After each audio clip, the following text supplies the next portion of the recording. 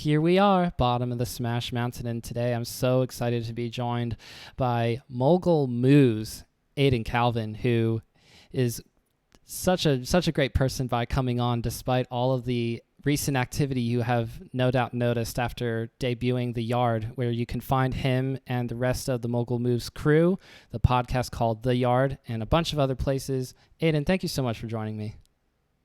Yeah, absolutely. Thanks for inviting me on. Appreciate it.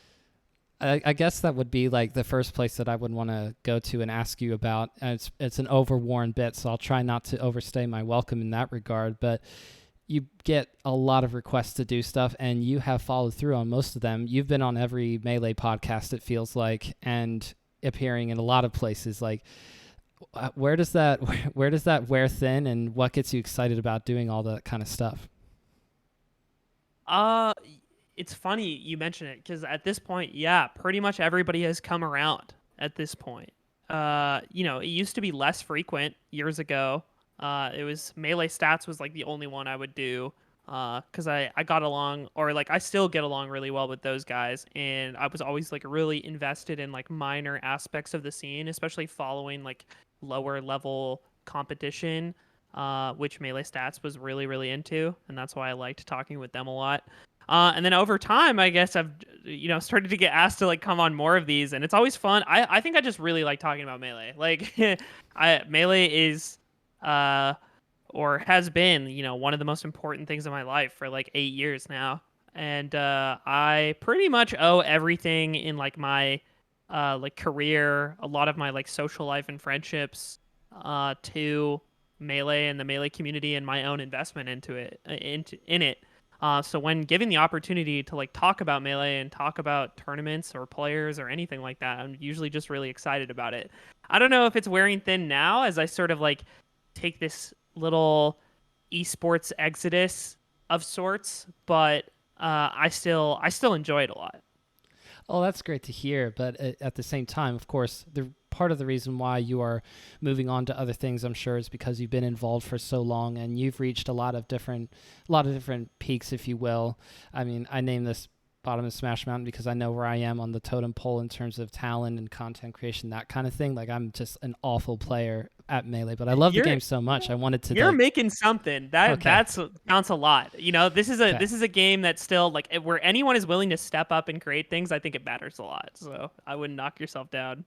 Okay, but at the same time, I do remember you doing a great grade report on the mix-up with Walton Radar, and not that content was like the lowest scoring thing there in terms of Melee as a whole, but it did seem as if there's just like, there's just a lot of podcasts right now. I don't know if anybody said that directly. I can't remember at this point anyway, but I think that there's still, like, on a certain level, a certain amount of things that I guess could happen around Melee as opposed to content creation. But for me, I just like talking so much. I'm like, I want to talk for an hour straight. I can't make myself 6 minutes.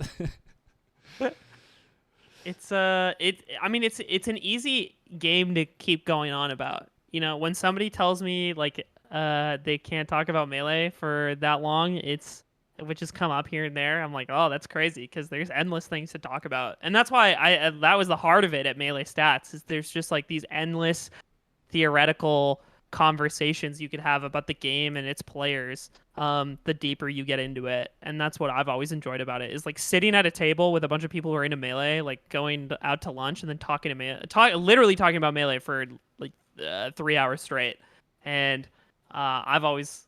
Yeah, I enjoy that because there's so many little gems or little things in the community that you can sort of touch on. I mean, that grade report went on for like 3 hours in itself. So yeah, it definitely went into the red a little bit there with that particular podcast, but it was still really cool. I managed to get through it, but I will be honest, I am a bit of a 1.5er.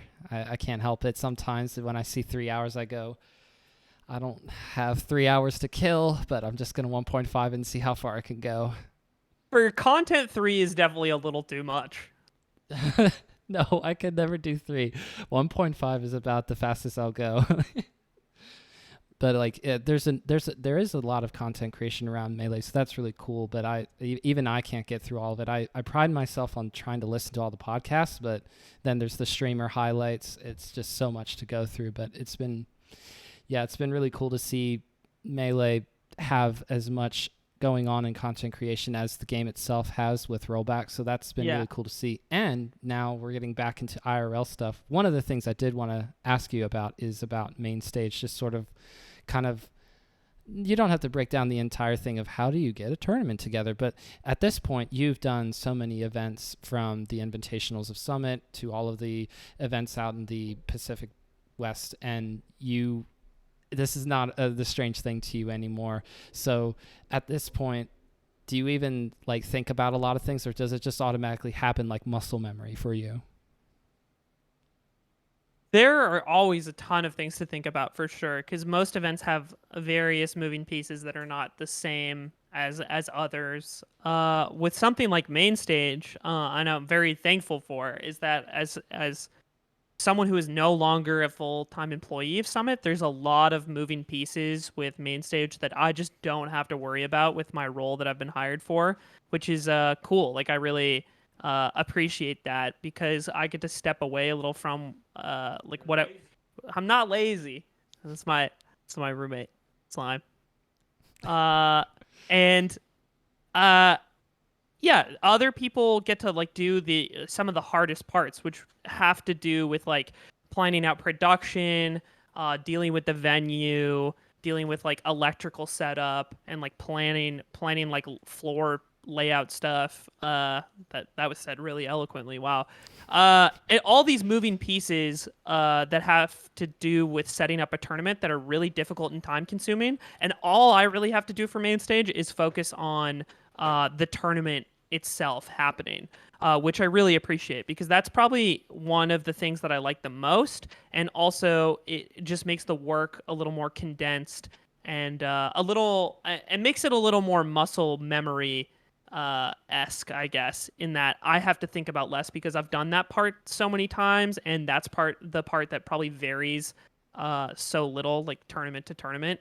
Whereas like things like the venue, you know, if you change locations, naturally that changes. And how you deal with like a new venue staff, how you like plan out your event from like a physical standpoint, or how you deal with like electrical limitations, all of those things change event to event. And in this case, you know, somebody else is taking care of it, which is great. Yeah, you don't have to worry about absolutely every single logistical puzzle. It's really just what you're saying, coming down to running the bracket more or less. So would you be trying to seed, or do you bring on somebody to help out with that? What about the tournament itself that you'll be involved with directly the most? Yeah, I mostly have to do with like scheduling, making sure we have adequate staff to like run the tournament itself, making sure we have a good format for all the events. With melee seeding, like I'll do a lot of the work myself, but then I usually work alongside melee stats to get uh, a bulk, or like a bulk of it done, or like the small details of it done. And then with Ultimate, I usually work with like a seeding team for that game as well, because I'm not as like familiar with it. Also, Ultimate just has so many good players from so many regions that seeding that game, I think, as an individual is basically impossible. Like you definitely want like a team to reference for seeding an Ultimate tournament. And just besides scheduling seeding and brackets aside, that's about all I have to do for that event, which is like the core of TOing, like the tournament organizing aspect of it, rather than the event organizing aspect of it, which I really like, especially for Melee. Like just cranking out like a new format, and like building out something creative from that standpoint, and then seeing how you can like work it into a schedule and like planning out an event. That's sort of the thing that makes my brain the happiest, and I'm happy to work on that stuff for a major, because it's been a long time. I haven't worked on a major in a while. The thing with something like Smash Summit, or Slippy Champions League, or Summit Champions League, Oh, right. Yeah. is is that those events have so few people. So a lot of the core aspects of tournament organizing that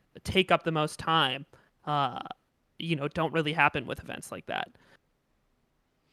And with I'm thinking about the pool captains and that kind of thing, because I'm just being reminded of, I had on a long time ago Valerie Wonderland, who used to be pool captains at what felt like almost every major tournament. And that's something that you are going to be handling as well. Like, is that sort of specifically for Mainstage a volunteer thing, or is that, well, paid is kind of it's a loaded term, but what I'm asking is like, how important is it for everybody who's involved with the project at the core to be compensated fairly? That's a question that comes up sometimes. Like TOs, especially who are running weeklies, are not really making anything or just going in the red frequently. So I'm just thinking about, like, from a financial standpoint, like how viable a big tournament like Mainstage is in your own perspective.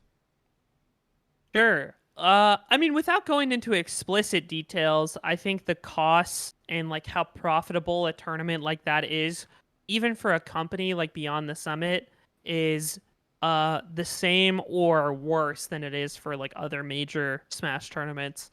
Making your Smash tournament profitable at that scale is always a difficult thing. And it's something that just because like BTS has like a lot of resources in comparison to an average TO, that cost of running the event doesn't change. And in fact, I think it might technically be higher for BTS because BTS has a bunch of full-time salaried employees that work on the event, and that's very atypical for a Smash tournament, even at that level. Of course we like pay. I think an advantage that we have is like we have like uh an entire like company and like revenue stream like outside or like detached from the event to help support upfront costs. And I think we do pay the like key members of staff like well. Everybody's like compensated who is like a critical or like an overarching staff member. So anybody that's like a head TO of a game or like working like in production or is like a stream runner that's working the whole weekend, those people have like day rates that they're paid and like people get food as well. I think the event still will have volunteers to help with something like pool captaining, where like somebody might run like a pool or two over the course of the weekend. And that's still like a base expectation of our event as it is with other majors. But everybody else who's like a more critical and like long-term staff member for the course of the weekend is like a paid and like contracted role. And even for a tournament like Genesis, so I had on Sheridan. I haven't released the video and the recording of my interview with Sheridan yet, but obviously head TO for one of the head TOs for Genesis. Even for a tournament like that, where the outsider eye, or even somebody who goes to the tournament just because their friends are going and they go, oh, okay, this is cool, are not necessarily thinking, wow, this event is like barely staying together, but it feels like that. It is like that based on accounts from different people. And I mean, Sheridan himself has said Genesis still, even to this day, like a big part of it has to be the venue fees and what people pay to actually get in to play in bracket or to just be a spectator. And that just must be the scariest thing in the world. But for the people who are passionate enough, like yourself, like Sheridan, or all the other TOs who run major level tournaments, that's also an incredible thing. And the best way for me to say it as a compliment, like it's almost like a little bit of crazy mixed in with just the drive to get it done. Yeah,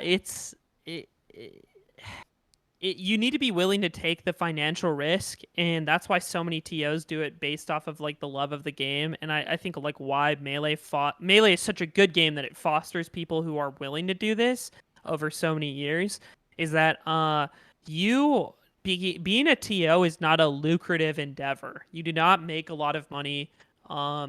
You might even like lose money. Not to call anyone out, but we've even had like a story of somebody mortgaging their home to like pay off a tournament that didn't turn out well, right? And that's like an extreme, of course, but there are plenty of smaller examples of people paying costs out of pocket to like improve their event or host an event in the first place. Like I've absolutely done that. I'm sure the earlier Genesis tournaments did that. I think like as it scales up over time and we get a little more like structure in terms of sponsors, things have gotten a little better. But still, to this day, like the majority of the revenue for a Smash tournament is the attendees, like the ticket sales. And when you're talking about your biggest events being things that pull in like a few thousand attendees, which is SmashCon, Genesis, Riptide now, Big House. These are events that are pulling in 2,000 to 5,000 people, right? It's not it's not a crazy quantity when you compare it to something like a music festival, for instance. Like these are pretty low numbers when you consider like what our peak is, and when you consider the costs of hosting events this large, those getting as many attendees as possible is pretty much everything when it comes to your revenue stream. Something that's getting a little better, although unfortunately not as fleshed out as it should be, is sponsorship structure in the scene. So ideally, we would have event sponsorships or companies coming in to advertise that would give a lot of money that would be the primary financial support of these events. But very few tournaments have the sales resources to make that happen. It's very difficult to do that as an independent tournament organizer. Getting big sponsorship deals is not something that you can just cold call and like make happen. They're very rare, and BTS is in a unique spot where we actually have a sales department at the company. But even for us, it's not something that is not a challenge. It's something that we have to, put a lot of resources into, and even our sponsorship revenue, it can be limited depending on the event. So for independent TOs who are trying to make their events, not even profitable, but maybe even at small enough of a loss that they can like go and do it anyway, the attendees are like everything. And I think that's something really important to stress, is that the financial structure in the scene is just it's really stressful on most organizers, and that's something people should keep in mind when they think about like why tournaments don't have like certain resources or something, and why so many events historically are basically off the back of volunteer hours of people who just really care about the game and the community and want to put something cool on.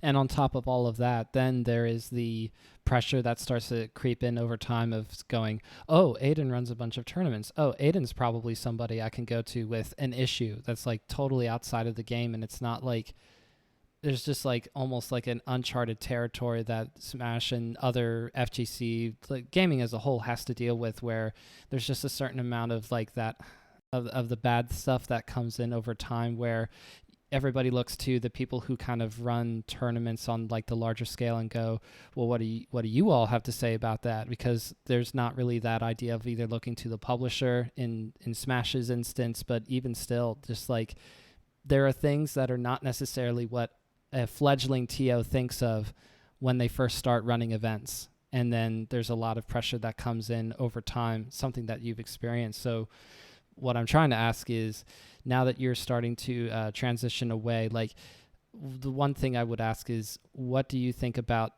leaving somebody behind in your role, or do you not think of it that way, of like a successor, I guess? I don't know if there's any direct successor I could have, in the sense that I didn't have an official title within the overall community. Like there is no official positions within our community. There's just people who have organized large tournaments and then take the burden of community leadership on over time.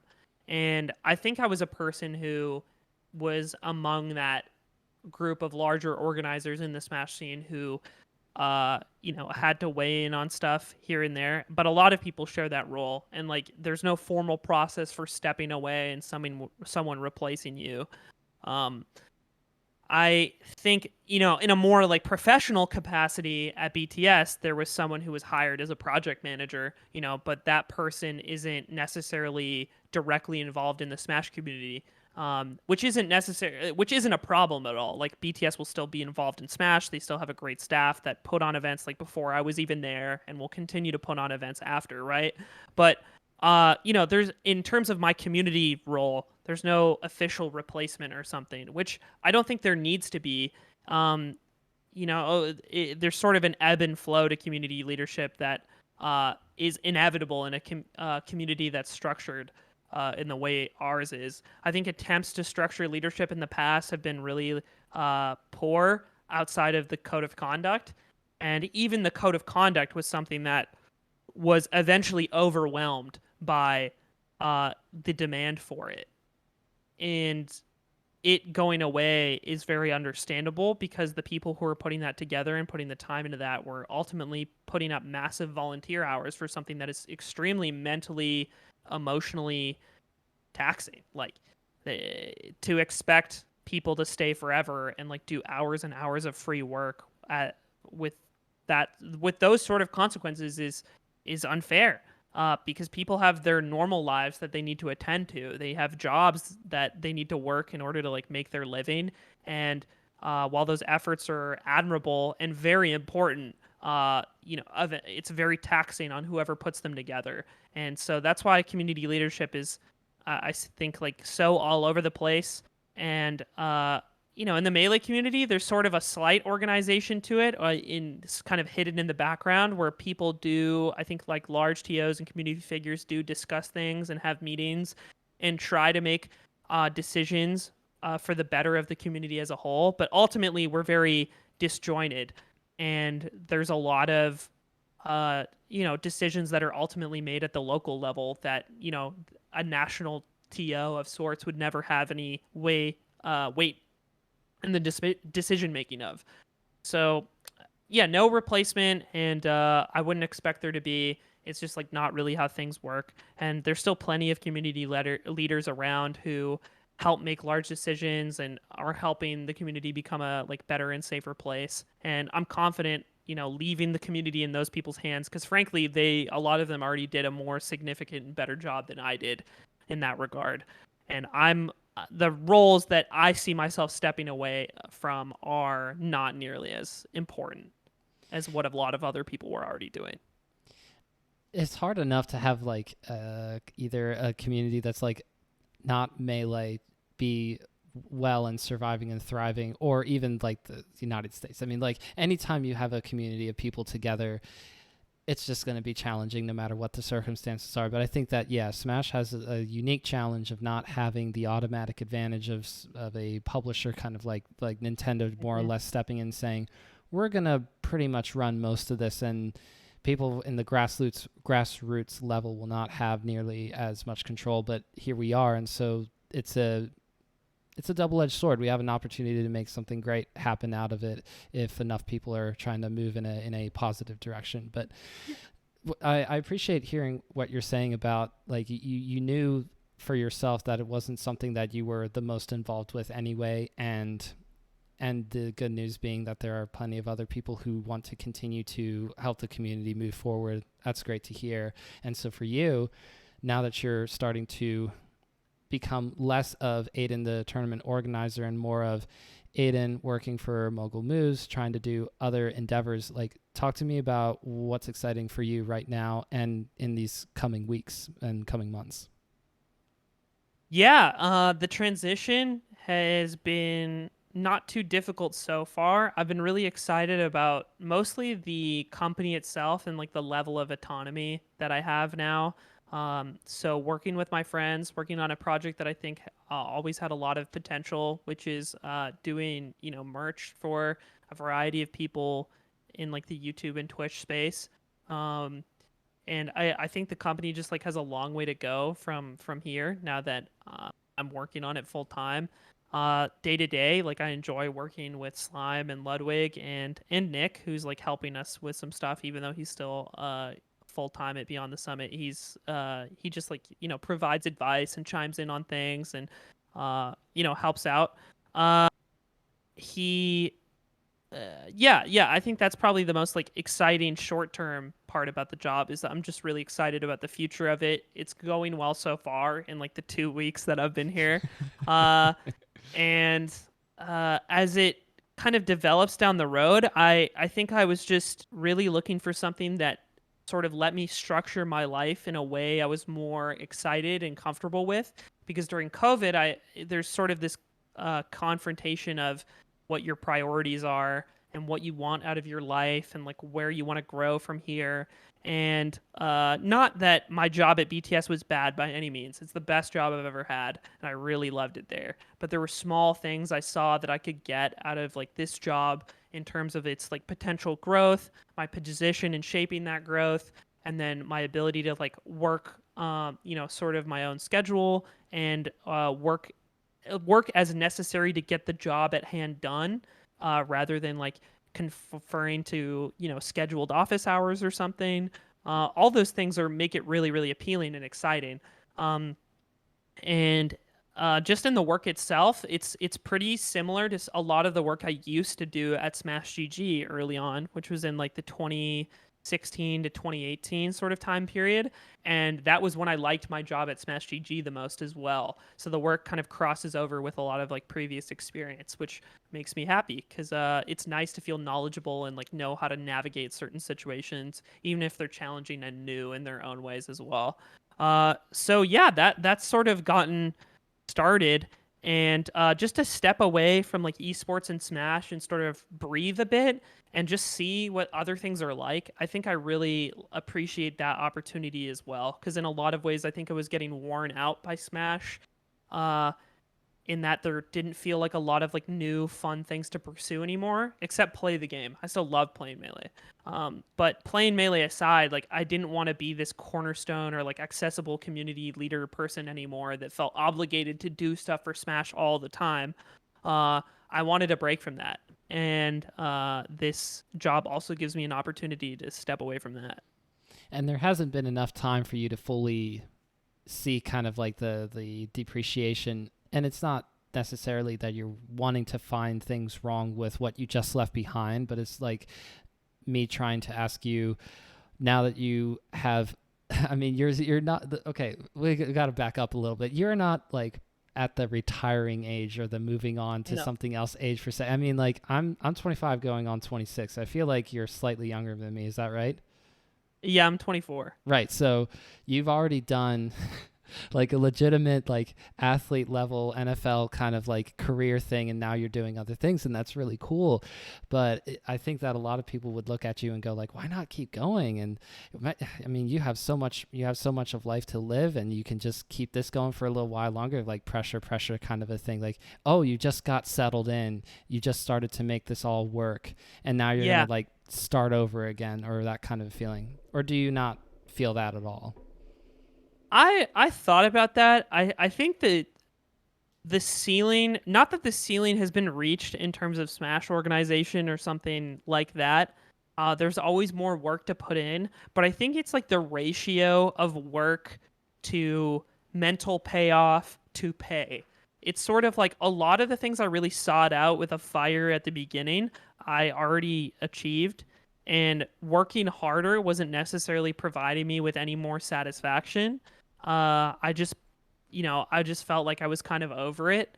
And when I put together like a big tournament, or I had the opportunity to work on a tournament, it didn't matter that much to me anymore, even though it's special in its own right. And they're still like, you're still proud of what you accomplished or what you helped build.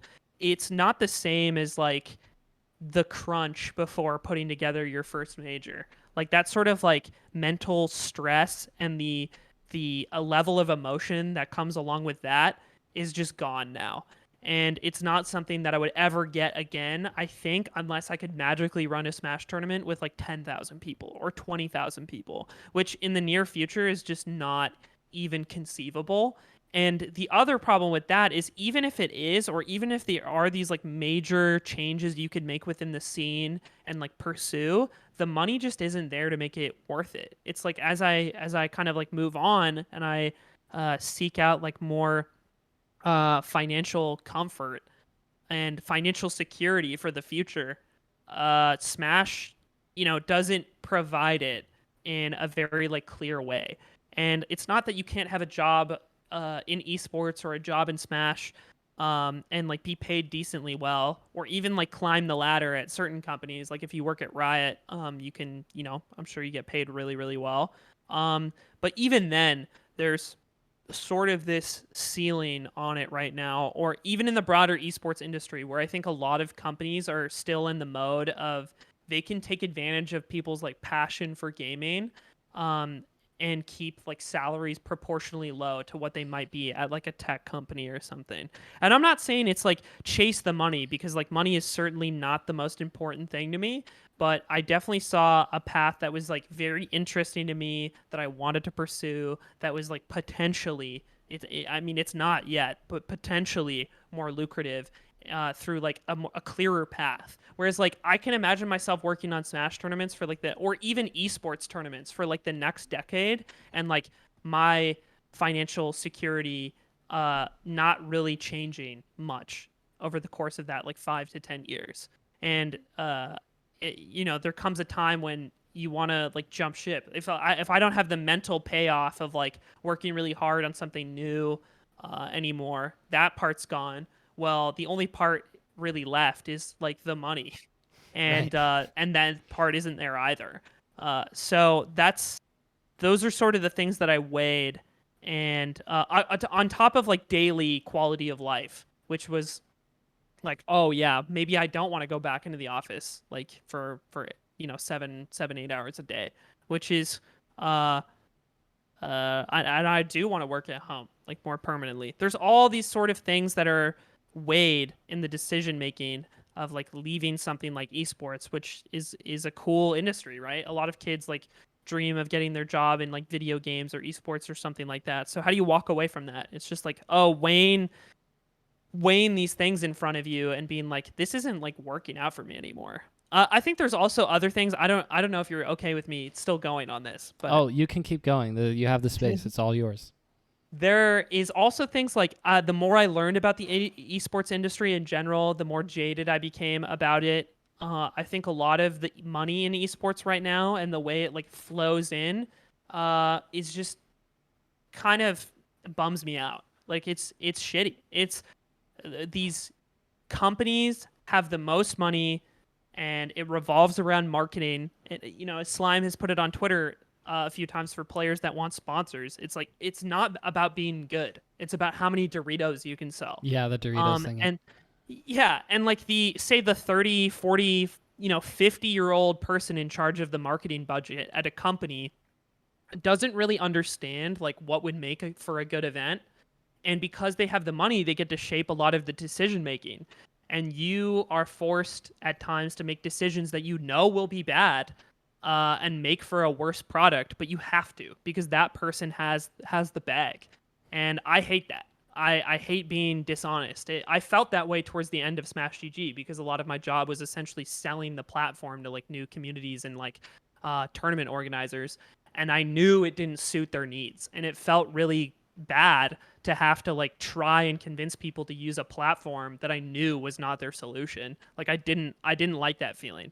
And I'm not saying that I felt that to the same degree in esports or at BTS, because BTS is a company that I think maintains like a great level of like creative freedom for its employees, but there are still times where it wasn't ideal, and in general realizing that the esports industry functions that way. So if like I ever did move on somewhere else, like that problem was going to become bigger, not better.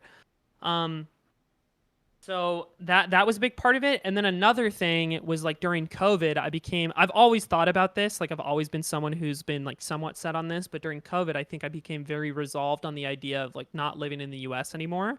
And the opportunity to move abroad and keep this job was just like way more likely than being able to keep my job at BTS and work remote abroad.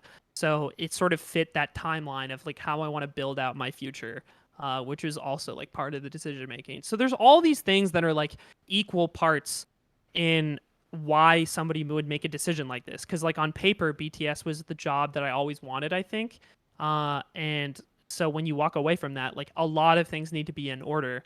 And I think it becomes from like a belief in the company and interest in the work, how my life is like shaped around it, and the level of success I think I can find in the future. Like all those things sort of line up. And then also just getting to work with my friends, which I think is really nice. Like we all get along super well, and it makes for a nice and like fun work environment. Right, as compared to you have to be around that 40, 50, 60-year-old person and pretend to be their friend just to make the ball roll. And that is, I've Yeah, not it's not experienced even. it on an esports level, but I know what you're talking about. It sucks. Yeah, it's you know what? It's not even pretending to be their friend in that I think I can get along with anybody in a genuine way. Like I don't mind like being friendly with the person. It's just like the dynamic of having to clash like creatively with somebody and them not giving you room to push back.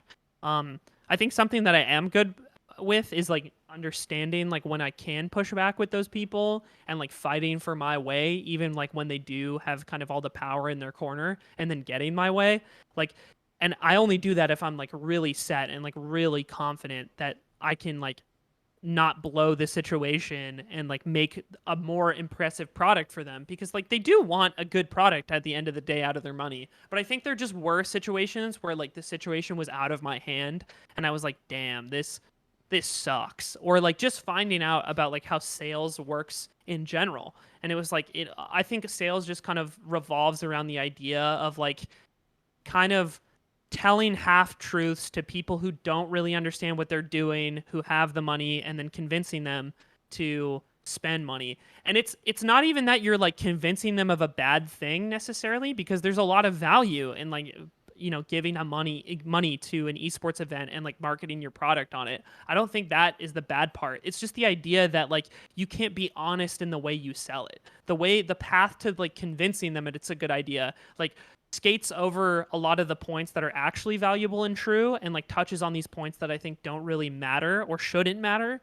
And that bothers me because it feels like, oh well, why can't we just be honest with these people, because they should understand the value in what in what we're doing. But a lot of them don't, and because they have no understanding of like the industry or like what they're actually involved with. So and that just leaves like a bitter taste in my mouth. It just feels bad.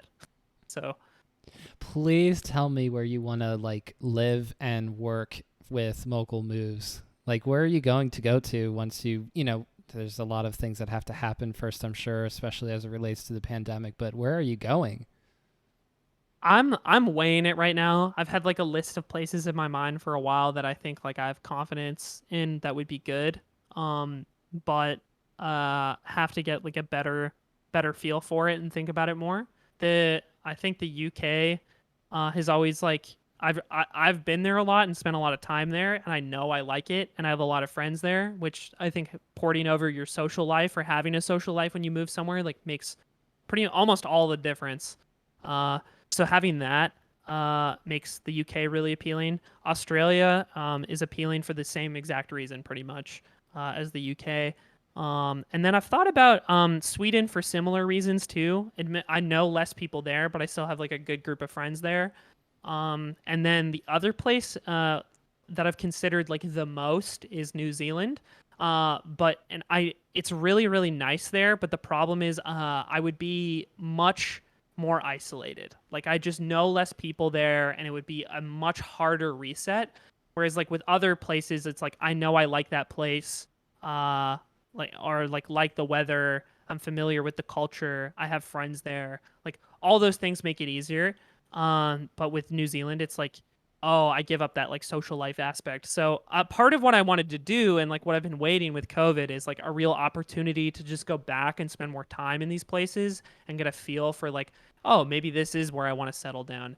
And the timeline for that is, like I think like 2 years out, a year and a half out. Some, I think about it all the time, but when a pandemic sort of upsets the timeline of everything, it also affects stuff. And and now that we have the podcast too, it becomes this thing where it's like, oh well, I have this project with my friends that we do in person that's like really really fun. How does that shape the future? Like, where does that go? And I don't know yet. I just have to wait for a lot of these things to play out. Yeah, so we can talk about the podcast a little bit. I've been able to listen to, I think, like the first 2 episodes, and sadly have not been able to catch up since then. It's on the watch later list, but I think No that worries. I think that there's a great chemistry there that is already, because you all live together. That's just going to automatically make it pop off so much better. But my question to you is like, how long do you spend talking about something conceptually before actually jumping into it when it's the four of you, as compared, like, you know what I mean? Like, you don't have to No, talk about it that's a lot, super right? funny. That's super funny because at most it's bullet points in a Discord chat, and at least it's, which has been more common with like the last 2 episodes, it's been like basically nothing.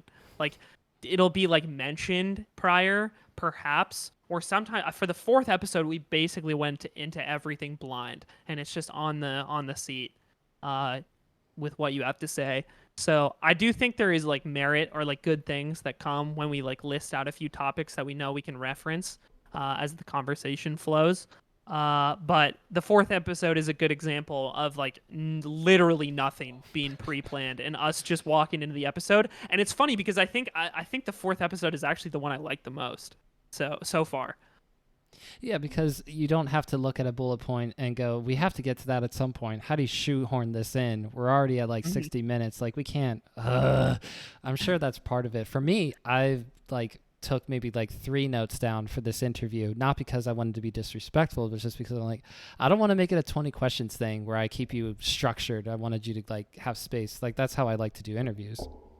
No, that's cool. There's certainly benefits to both, right? And like whatever style I think is like preferred by the person like leading the conversation, or depending on the dynamic of like the group that's together. Like with us four, I think it's easy enough for us to sort of pass ideas back and forth and just go, because that was the origin or like the idea behind the podcast, was like when Nick, Ludwig, and Slime lived together and it was just them three, they would go back and forth and just be funny with each other in like the car or the house, right?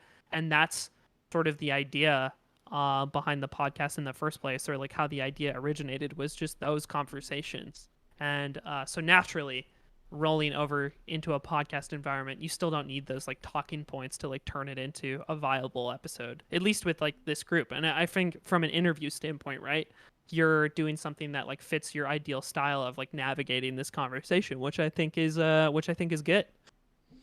I appreciate that. And something that I want to do at some point, and so I'll just share this with you, and maybe you guys can do something similar to it and not give me credit. That's all fine and well. But eventually I want to do a podcast episode where I pretend like all of a sudden this is either a baking show or it's like the Las Vegas Golden Knights podcast or something, and just pretend like all of a sudden this is what it is with like no warning whatsoever. And then on the episode right after, everything's back to normal, no mention. It's just like a totally blank space. But I think what I need is to pop off a little bit more, because I don't have the yard numbers yet by a long stretch. But I think I need to wait until a time where there's enough people actually going on the Twitter and being like, whoa, what's happening? Because I just feel like that would be really fun to do. Yeah, I do like that concept a lot. And I think the 4 of you selling that would just be hilarious, because it's not just one person who's trying to keep a straight face. It's literally 4 of you. But, you know, I'll try to do it first maybe, and you can just see it. And then maybe we can get a feel for it, yeah. Maybe I could just do, to make people really upset, do like an ultimate podcast and pretend like that's the best Smash game. Because, you know, it's obviously not. And you know what's funny? I was playing a lot of Ultimate. I was in Seattle last week, and I was just playing a lot of Ultimate with the friend I was staying with, and I had another friend there as well who just latched onto Hero, and we played for hours. And I was so tilted. I was having such a bad time, but I hate losing, and I just want to win so bad. I just want to figure out the matchup so bad, so I just kept playing and kept playing and kept playing. And I do think, like, as I continue to delve into the game, or like as I was playing it in the beginning, like after it came out, because I went to a lot of Ultimate tournaments for a while, or at least a decent chunk, right? And there's a lot of fun to be had in the game, and it's just like silly in its own way. So I think just like maybe just randomly having an Ultimate community episode would be cool, and then you could bring on like some community figure from like that game. Lord knows they have a lot of players to talk about, so at least you'd have that to fall back on. I could just keep a list of player names that I think are obscure and just try to name drop them like it's a conversational thing, like totally unrelated. See how long it takes the guest to actually go, wait, you're naming Ultimate players right now. You can't sneak in MK Leo. That's the best player in the world. You can't do that. I don't even know how I would do that naturally anyway. Maybe a few of them play Melee. You know, a few of them could give Melee, have given Melee a shot, so maybe it's worth it. Just like so, we've been at this for about 45 minutes, so I will see if... Okay, so I didn't like plan a whole lot, like I said earlier, but I'm just trying to think of one more non-Smash related thing, because I definitely don't want to make this all about it. We've been able to talk a lot about like different things, of course, already, but something that I'm thinking of is like equipment. So this has been on my mind because I just started doing the video form of this podcast this week. You're the third interview I've done, and I don't have an HD webcam yet, but that's coming in Amazon in the next couple of days or so. So hooray for upgrades. But I'm just looking at all this equipment that I've been having to look at and go as cheap as I can, because I also just moved into a new house this past week as well, and I'm going, wow, there's just so much out there. Like, is it really necessary?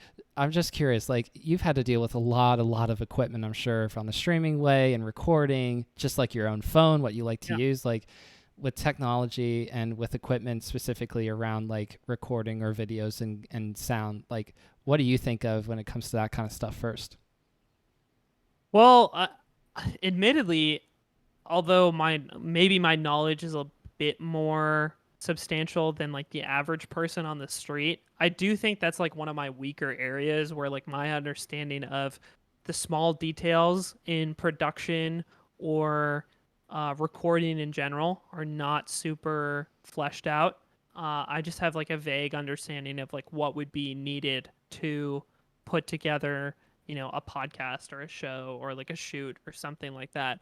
So when it comes to that stuff, I'm lucky to be surrounded by people who have a much more in-depth knowledge of it, especially Nick, as someone who literally works in editing and like cinematography, knows a lot about just photography in general, even does like graphic design. He's someone who knows a ton about this from a technical standpoint. Nieper, who used to live with us, is a broadcast engineer, so he has a ton of knowledge about live broadcast tooling. And Slime is just someone who's worked on a lot of shoots as well and has a pretty good understanding of these things. So when it comes to like picking out equipment for the podcast, for example, there's a lot of work that's done by someone like Nick in like compiling the equipment that we should get or the equipment that we need to put together the show. Or we've hired a friend of ours to be the producer for the show, for instance, and he's someone with like a really strong technical background who helped us pick out a lot of the equipment for recording, broadcasting, etc. So I think we're just really lucky to like be surrounded by a lot of people who really, really know their stuff when it comes to the entertainment industry in general. So that carries over to the small details of something like equipment. And then I just get to like ride on the coattails of those people who, if I ever have specific questions, like they can answer them. And then I sort of have that small increase in my own knowledge base from just being around it all the time. Like I know stuff about like a lot of live production work because I've just sat around enough live production, not enough to like work a job full time in that field by any means. I do not have that technical expertise, but having like been around it enough, you just like pick up things and like understand them if they're explained to you, which is a nice thing. And I think something that is really helpful in the context of like planning projects too. So if you're ever like putting together something like a tournament, for instance, having an understanding of like the level of technical expertise and the amount of hours that have to go into something like putting together a stream, that's super valuable to you as like the project manager or the tournament organizer, because it gives you, first of all, it gives you like a certain level of empathy for their work and like the stress they might be going through, but also like the time that you should give them to put something together, the amount that they're compensated. And without that background knowledge, like I remember when I first got into TOing, not really understanding all the effort that it put to put together a nice stream. I was just like, oh yeah, it's just something that happens and they just do it. But it's not. It's the most like technically and like physically demanding thing that happens on a show or like in a tournament, in an esports tournament environment. And it makes me really bitter now when I see people like, if there's any tiny fuck up in the product and Twitch chat goes crazy over it, they're like, fix audio, and the audio isn't fixed within 30 seconds. They're like, audio still isn't fixed. It's like, dude, what do you think? Do you think the problem is just super simple? Like, oh, this button isn't clicked down. Like, you think that's what the problem is, that we haven't fixed it yet? And as if a bunch of stupid idiots are behind the production desk. And I hate that because there's so much that goes into producing a show like Smash Summit. that people just have a zero understanding of or even appreciation of. And that always really bothers me now that I have a better understanding of it. Because I now, when I reflect on the way I was when I was 17, for instance, I really hate that. And Twitch chat is filled with a bunch of 17-year-old me's that expect the show to just be perfect, when it's so much more detailed and intricate than that. And something that I heard of you told a story of like how you would just go right back to bat on people who would message you or tag you on Twitter and be like, this sucks or whatever. And then you go back to them and be like, do you want to flesh that out? Do you want to actually try to say something intelligent? And they go, because they can't.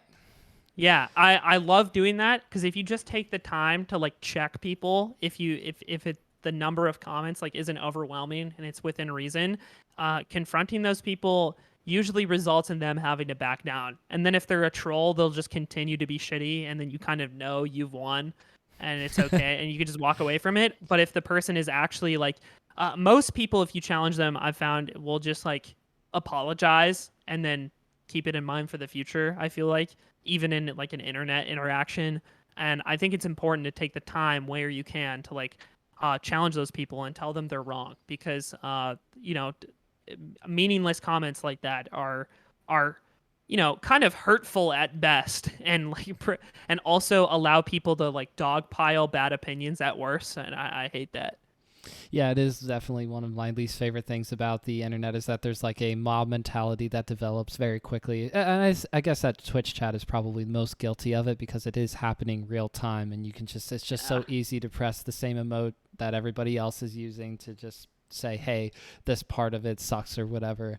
So I'm sure, yeah, very, very stressful. But as of now, you don't record the yard live. That's just happening locally, and then it gets polished and pushed out. So would you say that you would always prefer to do that, or would a live show be something that the yard would ever consider down the line? Yeah, I think a consistent live show is something that we're probably not going to do, as we've talked about it more and gotten a feel for the first episodes.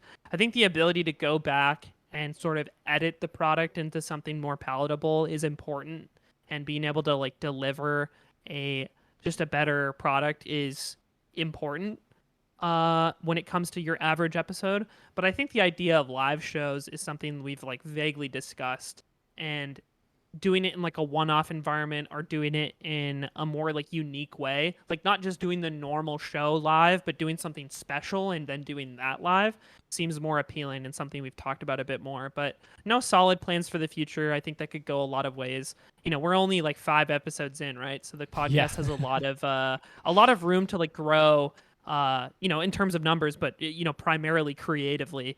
And I'm looking forward to that. That's really cool that you feel like that it's only just beginning. But the other truthful part of the matter is, and this is something that I didn't think of, but of course, Ludwig streams live. So like there's plenty of live content happening for those who really want it. It's right there. Exactly. They can get their fill for the most part, or I hope they would. Only the most intense Ludbug probably doesn't, but you can't help those people. They're too far gone. Yeah, exactly. So as we get in the direction of wrapping up, something that I wanted to ask you about is like how you feel your competitiveness has changed over time, because I feel like that's a big part of how you've interacted with the world around you, is just through the vein of wanting to do things better.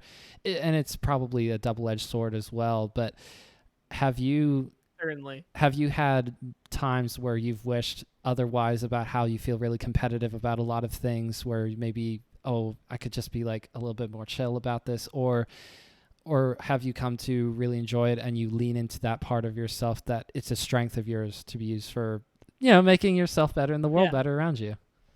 This is funny. This is a funny question because it kind of reminds me of something that came up sort of recently, where like I'm talking on our podcast about hating Catan and saying how bad it is. And I think it's primarily because like I think it's a terrible game to play if you like want to win, because there's so many factors in it that are out of your control. I agree with you 100%. Yeah, and that just makes me dislike the game, because I like to be able to be good at the game if I put effort into it, which Catan does not feel like it rewards very well, and that is part of why I do not like Catan. And I've just been thinking about that specific example lately. I do think where I've like toned it down and ego, competitiveness. Sometimes you need to like actively peel it back so you can enjoy just a more mundane activity with friends. And I think that's where I step back and sort of evaluate things. It's like it doesn't really matter if I win this small interaction or game between like me and some close friends. It's not a big deal. Um and me allowing like competitiveness to ruin the enjoyment of something for myself, because I don't think it's like in a way where I think it impacts other people's experience. Um is important to look back on. And I think I talked about this on another like Melee podcast, but I think the biggest like change or like self-reflection I think I've made in the long term is like letting go of the ego I had when I was younger. On the Deer interview, yeah, shout outs to Deer, Gallant Melee Open. Woo whoop.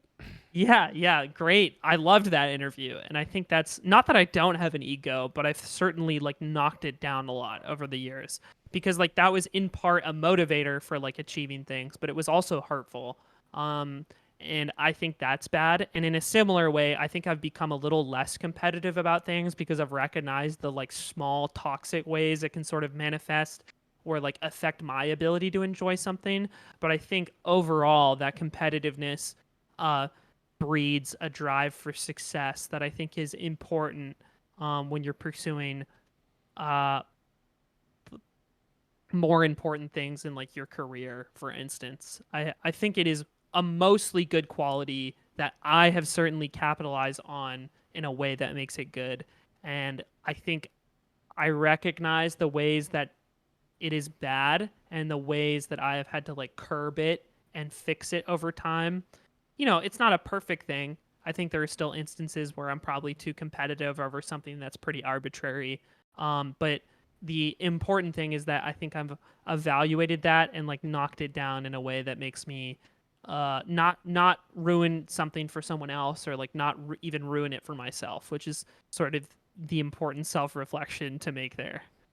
And right, and something that I think about for myself is I want to be like a little bit more outgoing sometimes, because I can be like really just inwards and really introverted, but then I go, I should really just like reach out and like say hello to somebody, not for no reason or just because whatever, because I still can't quite stand the idea of doing that, but like I've gotten better at it, but I still feel like there's still room to grow without totally swinging the pendulum in the complete total opposite direction and just being too social, I guess. But Yeah, yeah. but we It's all have about things that we like either are learning to like about ourselves or continuing to improve. But I just love hearing like how there is that reflection process for you, that you're thinking to yourself, this is a good thing and I can make it better too. Yeah, exactly. You just need to the push or the change can come in like small bits. It doesn't need to be this gigantic, 180 change where you just fix and become the perfect human being right away. It's just I think the best way is like taking something you think is negative or like a negative habit you have, um and then recognizing when it comes up or arises, and then being like, maybe I'll just try something different right now. And then doing that more and more often and like actively thinking about it until you don't have to think about it at all anymore. And it just is the way you think about it. And for those of you Melee listeners and viewers who are still paying attention, that could be a Melee habit, if you just keep using the laser over and over again and the Martha's power shielding you, what are you going to do? Keep using the laser? Maybe you just don't use the lasers as much as Falco. Yes, exactly. I think this applies to Melee perfectly, and something that I think about a lot when I play Melee. So I think it to similar but minor levels of success. And so to close out, please tell the people where they can find you. Any closing thoughts that you have, Aiden? Yeah, absolutely. So if you Twitter is probably where I'm like the most active in general. That's at Aiden Calvin, no space. And then if you wanna, I don't know if there'd be any other place to like really follow me. Twitter's probably the main outlet. People can follow my Instagram at the same thing, but my Instagram's a lot more boring and has nothing on it. So, other than that, yeah, feel free to like, say hi on Twitter. Lords knows other people do, because it became They like a do. meme to DM me on Yeah. the podcast. So Yep. at this point, I may as well lean into it. But yeah, that would be the place. And I thank you so much, Jesse, for having me on. I really appreciate it. This is a really like nice change of pace compared to the other shows. Not that the other shows are like bad. It's just like I think carving out an identity and being a little different and like your approach is really cool, and I appreciate that a lot. Oh, thank you for the kind words. I appreciate it. And so to outro you, basically we have possibly the most handsome person on the yard, possibly the most funny person on the yard, but definitely the most Aiden, the future world traveler. Thank you for joining me on Bottom of Smash Mountain. Thanks so much.